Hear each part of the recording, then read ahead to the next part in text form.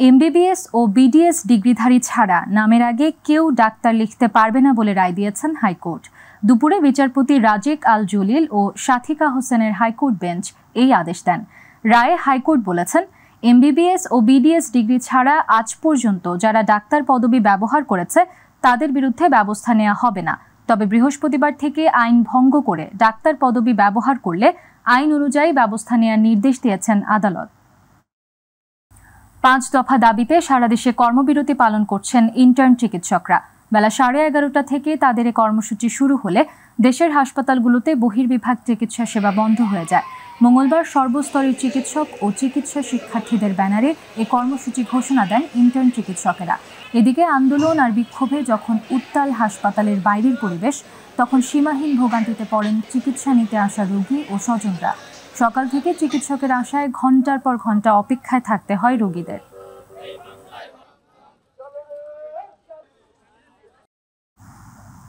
দর্শক, এই মুহূর্তে রংপুর থেকে চিকিৎসকদের কর্মবিরতির খবর জানাতে সরাসরি যুক্ত হচ্ছেন সহকর্মী মাহমুদুল হাসান। মাহমুদুল, 5 দফা দাবি ও চিকিৎসকদের কর্মবিরতির বিষয়ে কি খবর আছে আপনার কাছে, আর রোগীদের ভোগান্তি কেমন দেখছেন আমাদের জানাবেন।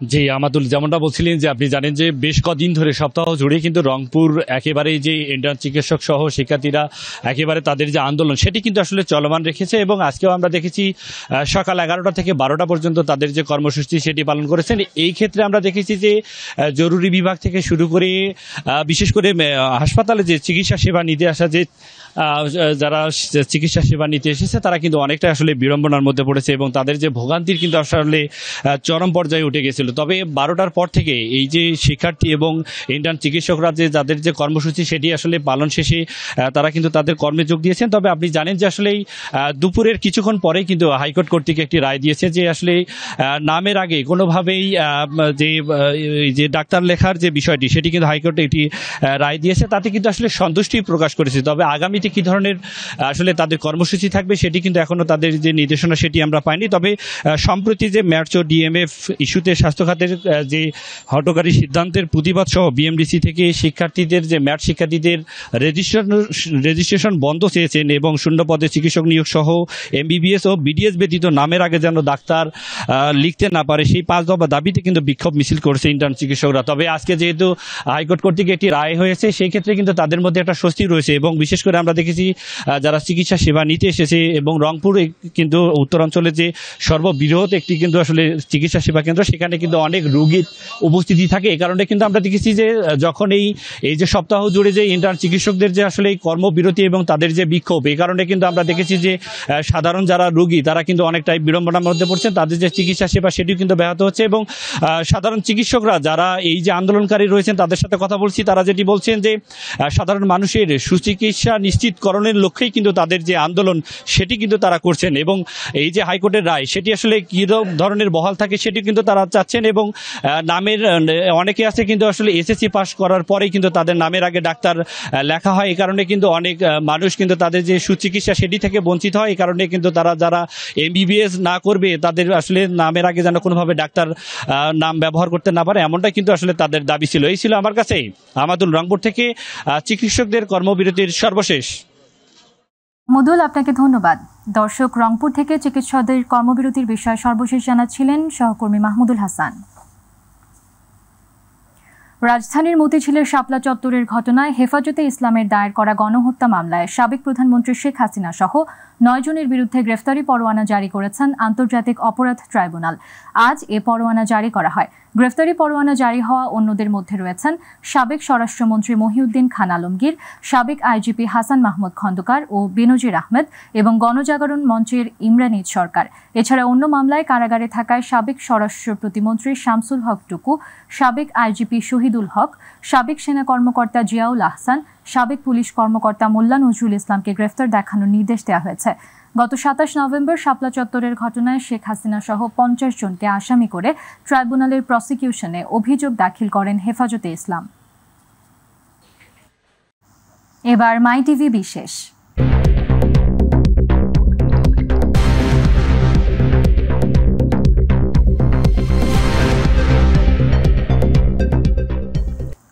প্রাথমিকভাবে ঢাকা মহানগরীর ৪৮টি থানা এলাকায় পুলিশের সহযোগী হিসেবে নিয়োগ দেওয়া হবে অক্সিলারি ফোর্স, আর এই ফোর্সের থাকবে গ্রেফতার করার ক্ষমতাও। ঈদ উল ফিতরকে সামনে রেখে নিরাপত্তা বিবেচনায় দ্রুতই এই ফোর্স নিয়োগ দেওয়া হবে বলে জানান ডিএমপির মিডিয়া বিভাগের উপকমিশনার মোহাম্মদ তালেবুর রহমান। এর মাধ্যমে আইনশৃঙ্খলা নিয়ন্ত্রণে ইতিবাচক ভূমিকা পালন করবে বলেও মনে করেন তিনি। এসএম আরিফের রিপোর্ট। ঘটনাকে কেন্দ্র করে সম্প্রতি আইন শৃঙ্খলা রক্ষার কাজে পুলিশের সহযোগী হিসেবে অক্সিলারি ফোর্স নিয়োগের সিদ্ধান্তের কথা জানান DMP commissioner Sajjad Ali. Metropolitan পুলিশের আইন বলে অক্সিলারি পুলিশ ফোর্স নিয়োগের ক্ষমতা আমার উপর আছে। আমি সেই মোতাবেক তাদেরকে অক্সিলারি পুলিশ ফোর্স হিসাবে নিরাপত্তা, যারা প্রাইভেট নিরাপত্তার লোকেরা আছে ওনাদেরকে আমি নিয়োগ দিচ্ছি। বাংলাদেশের প্রেক্ষাপটে নতুন এই সিদ্ধান্ত নিয়ে নানা আলোচনার জন্ম নেয়। ডিএমপির মিডিয়া বিভাগের উপকমিশনার মোহাম্মদ তালেবুর রহমান জানান, নাগরিকদের নিরাপত্তার কথা বিবেচনা রেখেই এই সিদ্ধান্ত। প্রাথমিকভাবে আমরা ঢাকা মহানগরীর 50টি থানার মধ্যে 48টি থানায় কিছু নিরাপত্তা কর্মী যারা বিভিন্ন পাড়া মহল্লায় নিরাপত্তার কাজে নিয়োজিত থাকেন, এছাড়া বিভিন্ন বেসরকারি প্রতিষ্ঠানে যারা নিরাপত্তা কর্মী তাদের মধ্যে থেকে কিছু সংখ্যক মিলে আমরা ঢাকা মহানগরীতে সহযোগী পুলিশ হিসেবে নিয়োগ করতে যাচ্ছি। এটা প্রক্রিয়াধীন রয়েছে, আশা করি খুব শীঘ্রই এটা আপনারা দেখতে পাবেন। বেসরকারিভাবে নিয়োগ পাওয়া এই সদস্যদের হাতে পুলিশের ক্ষমতা দিলে একদিকে অপব্যবহার, অন্যদিকে অপরাধীদের হাতে হেনস্থার শিকার হওয়ার শঙ্কা থাকতে পারে। তবে এ বিষয়ে নজরদারি এবং আইনগত প্রোটেকশনের কথা জানান এই কর্মকর্তা। তারা যখন পুলিশের যে কাজের গুলো পাবেন বা ক্ষমতাগুলো পাবেন, একই সাথে তাকে পুলিশের যে আইনি যে রক্ষা কবচ যেমন পুলিশের ক্ষেত্রে রয়েছে, ঠিক একই রকম আইনি রক্ষা কবচ তিনি পাবেন। আমরা তাদেরকে পুলিশের প্যারালাল কোনো ফোর্স বা ওরকম কিছু না, এটা পুলিশের সহযোগী হিসেবে কাজ করবে। আইন শৃঙ্খলা নিয়ন্ত্রণে অক্সিলারি ফোর্স ইতিবাচক ভূমিকা পালন করবে। এর মাধ্যমে পুলিশ ও জনগণের মধ্যে আরো সম্পর্ক উন্নয়ন ঘটবে বলে মনে করেন ডিএমপির এই উপকমিশনার।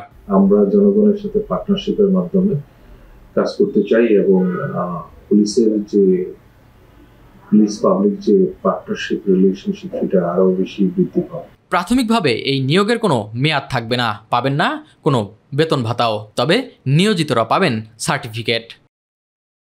এসএম আরিফ, মাই টিভি, ঢাকা। দর্শক, সংবাদের শুরুতে যেমনটা বলছিলাম, 5 দফা দাবিতে সারা দেশে কর্মবিরতি পালন করছেন ইন্টার্ন চিকিৎসকরা। এই মুহূর্তে বরিশাল থেকে চিকিৎসকদের কর্মবিরতির খবর জানাতে সরাসরি যুক্ত হচ্ছি সহকর্মী পারভেজ রাসেলের সাথে। পারভেজ, বরিশালে কর্মবিরতির কারণে রোগীদের ভোগান্তি কেমন দেখছেন আমাদের জানাবেন।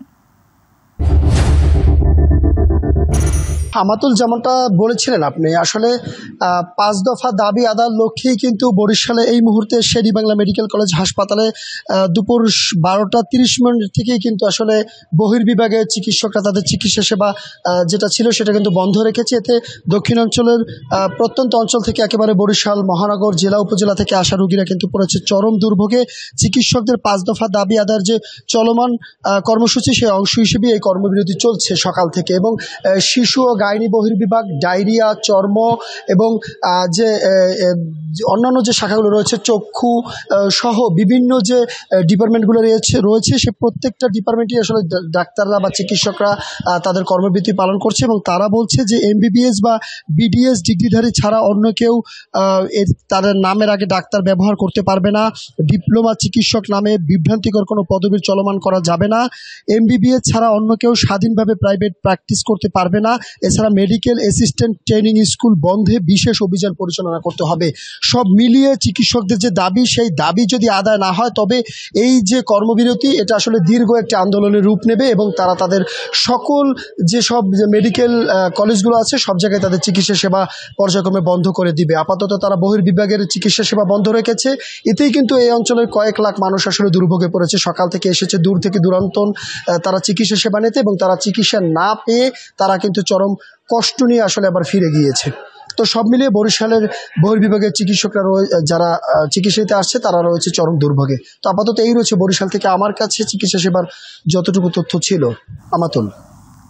পারভেজ, আপনাকে ধন্যবাদ। দর্শক, বরিশাল থেকে চিকিৎসকদের কর্মবিরতির বিষয়ে সর্বশেষ জানাচ্ছিলেন সহকর্মী পারভেজ রাসেল। রাজধানীর উত্তরখানে হাবিবুল্লাহ বাহার বিশ্ববিদ্যালয়ের সাবেক উপাধ্যক্ষ হত্যার রহস্য উদ্ঘাটনের পাশাপাশি নাজিম ও রূপা নামে এক দম্পতিকে আটক করেছে ডিএমপি। মিডিয়া সেন্টারে আয়োজিত সংবাদ সম্মেলনে উত্তরা ডিভিশনের ডিসি মোহাম্মদ মুহিদুল ইসলাম জানান, রূপাকে শ্লীলতাহানির সময় স্বামী নাজিমের বটির আঘাতে গুরুতর জখম হলে হাবিবুল্লাহ বাহার বিশ্ববিদ্যালয়ের সাবেক উপাধ্যক্ষ সাইফুর রহমান ভূঁইয়ার মৃত্যু হয়। অপরদিকে শান্তিনগর এলাকায় নুরুজ্জামান বিপ্লবের দেহ তল্লাশি করে একটি বিদেশি অস্ত্র উদ্ধার করা হয়েছে। এ সময় রাজধানীতে অপরাধ কমেছে বলেও দাবি করেন ডিএমপি উত্তরা ডিভিশনের ডিসি।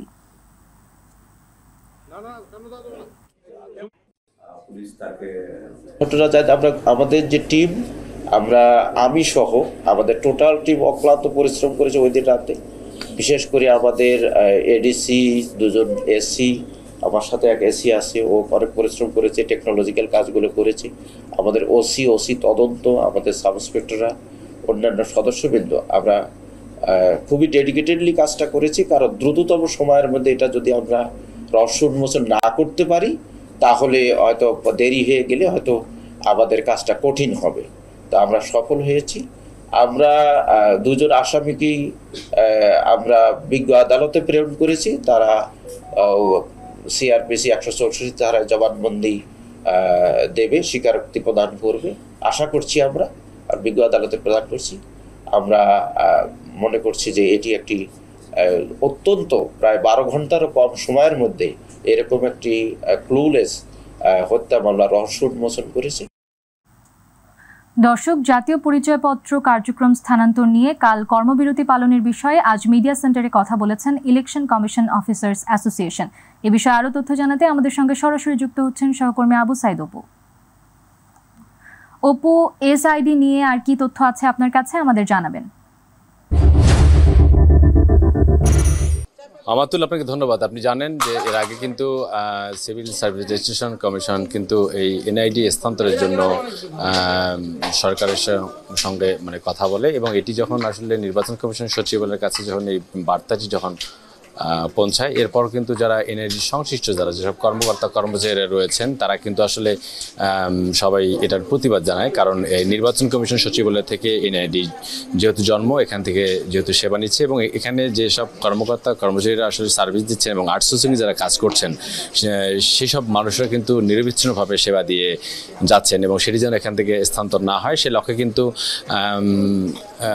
গেল 5ই মার্চ কিন্তু নির্বাচন কমিশনে যে প্রধান নির্বাচন কমিশনার যে AM নাসির উদ্দিনের যে কক্ষ রয়েছে তার সামনে কিন্তু এনআইডি যে কর্মকর্তা রয়েছেন তারা কিন্তু এখানে অবস্থান নেয় এবং তারা প্রতিবাদ জানায়, এবং সেখান থেকে কিন্তু তাৎক্ষণিকভাবে সিএসি সে গণমাধ্যম কর্মীদেরকে আসলে স্পষ্ট করে জানিয়ে দিয়ে গেছেন তিনি এই বিষয়ে সরকারের সাথে কথা বলবেন এবং লিখিতভাবে জানাবেন। সেই ধারাবাহিকতা কিন্তু 9 মার্চ কিন্তু তারা লিখিতভাবে জানিয়েছেন, এবং জানানোর পরে সরকারের তরফ থেকে এখন পর্যন্ত কোনো সিদ্ধান্ত না আসার কারণে এর আগেই যে নির্বাচন কমিশন অ্যাসোসিয়েশন যে অফিসার্স অ্যাসোসিয়েশন যে কমিটি রয়েছে তারা কিন্তু আসলে ঘোষণা দিয়েছিলেন যে 13 মার্চ থেকে তারা একটা কর্মবিরতিতে যাবেন অথবা মানববন্ধন করবেন। সেটি আসলে 12 তারিখের মধ্যে তারা যখন সিদ্ধান্ত না পাওয়ার কারণে সরকারের তরফ থেকে কোনো রকম সিদ্ধান্ত না আসার কারণে তারা আসলে সংবাদ সম্মেলনের মাধ্যমে গণমাধ্যম কর্মীদেরকে জানিয়েছেন যে আসলে এনআইডি এই নির্বাচন কমিশন থেকে স্থানান্তর হলে এনআইডি যে কর্মযোগ্য সেটা যেমন অপমৃত্যু ঘটবে, সেমনি পাশাপাশি এনআইডি তারা তাদের জীবদশায় বেঁচে থাকতে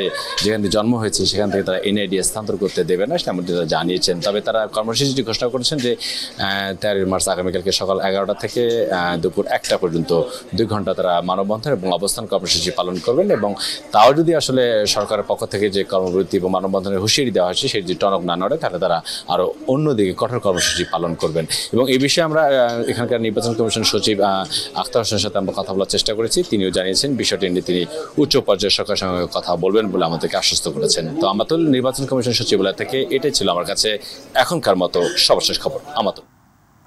অপু, আপনাকে ধন্যবাদ। দর্শক, নির্বাচন কমিশন থেকে সরাসরি যুক্ত ছিলেন সহকর্মী আবু সাইদ অপু। রাজধানীর মহাখালীতে 7তলা বস্তিতে লাগা আগুন নিয়ন্ত্রণে এনেছে ফায়ার সার্ভিস। আগুন নিয়ন্ত্রণে ঘটনাস্থলে ফায়ার সার্ভিসের 8টি ইউনিট কাজ করে। ভোর 5টা 20 মিনিটের দিকে আগুন নিয়ন্ত্রণে আসে। 8টি ইউনিটের চেষ্টায় আগুন নিয়ন্ত্রণে আনা সম্ভব হয়েছে। আগুনে পুড়ে গেছে 7তলা বস্তির অধিকাংশ বসতঘর ও আসবাবপত্র। গতরাত 3:30টার দিকে আগুনের এ ঘটনা ঘটে। 10 মিনিটের মধ্যে ফায়ার সার্ভিসের প্রথম ইউনিট ঘটনাস্থলে গিয়ে আগুন নিয়ন্ত্রণে আনার কাজ শুরু করে। একটা কিছু খেতে পারি না খালি ধান নয় চিনা বুলার ঘর সুতো হরাইতে পারে নাই গতনাকা জীবনটা নিবারাইছে। আগুন যখন আগে বাসার কাছে আছে তখন আমার বের হয়ে চলে গেছে, কোনো জিনিসপত্র বের করতে পারি না। 3:36 মিনিটে আমি সজাগ হয়েছি, তখন এই একটা আওয়াজ পাইছি আপনার ট্রান্সমিটার ব্রাস্ট হয়েছে। ব্রাস্ট হওয়ার পরেই সাথে সাথে দেখি মানুষের হাওগাও চিল্লাচিল্লি শুরু হয়ে গেছে, তারপরে বাইরে দিকে আগুন লাগছে।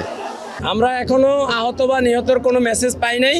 আর ক্ষয়ক্ষতি যেটা বলতে আমরা এক একজনের কাছে এক এক রকম তথ্য পাচ্ছি, বাট এটা তদন্ত কমিটি হবে, তদন্ত কমিটি অ্যাকচুয়াল তথ্য বের করতে পারবে। গাজীপুরের সদর উপজেলার বাঘের বাজার এলাকায় ঢাকা ময়মনসিংহ মহাসড়ক অবরোধ করে গোল্ডেন রিফিট গার্মেন্টস লিমিটেড নামের কারখানার শ্রমিকরা সকাল 8টার দিকে তারা আন্দোলন শুরু করে। এর কিছু সময় পর তারা মহাসড়ক অবরোধ শুরু করে। শ্রমিকরা জানান, গোল্ডেন রিফিট গার্মেন্টস লিমিটেড কারখানার শ্রমিক জান্নাতুল ফেরদৌস তামান্না ভোরে কারখানায় আসার সময় সড়ক দুর্ঘটনায় অটোরিকশা ও ট্রাক চাপায় মারা যায়। এর প্রতিবাদে ঢাকা ময়মনসিংহ মহাসড়ক অবরোধ করে শ্রমিকরা। এতে মহাসড়কের দুই পাশে যান চলাচল বন্ধ হয়ে যায়। খবর পেয়ে পুলিশ ঘটনাস্থলে গিয়ে টিয়ারশেল নিক্ষেপ করে শ্রমিকদের ছত্রভঙ্গ করে দিলে শ্রমিকরা মৌচাক ফুলবাড়িয়া আঞ্চলিক সড়কে অবস্থান নিয়ে বেশ কয়েকটি কারখানায় ভাঙচুর চালায়। সকাল 9:30টার দিকে মহাসড়কে যান চলাচল স্বাভাবিক হয়। পরিস্থিতি নিয়ন্ত্রণে রাখতে যৌথ বাহিনীর সদস্যরা ঢাকা টাঙ্গাইল মহাসড়ক এবং আঞ্চলিক সড়কগুলোতে শক্ত অবস্থানে রয়েছে।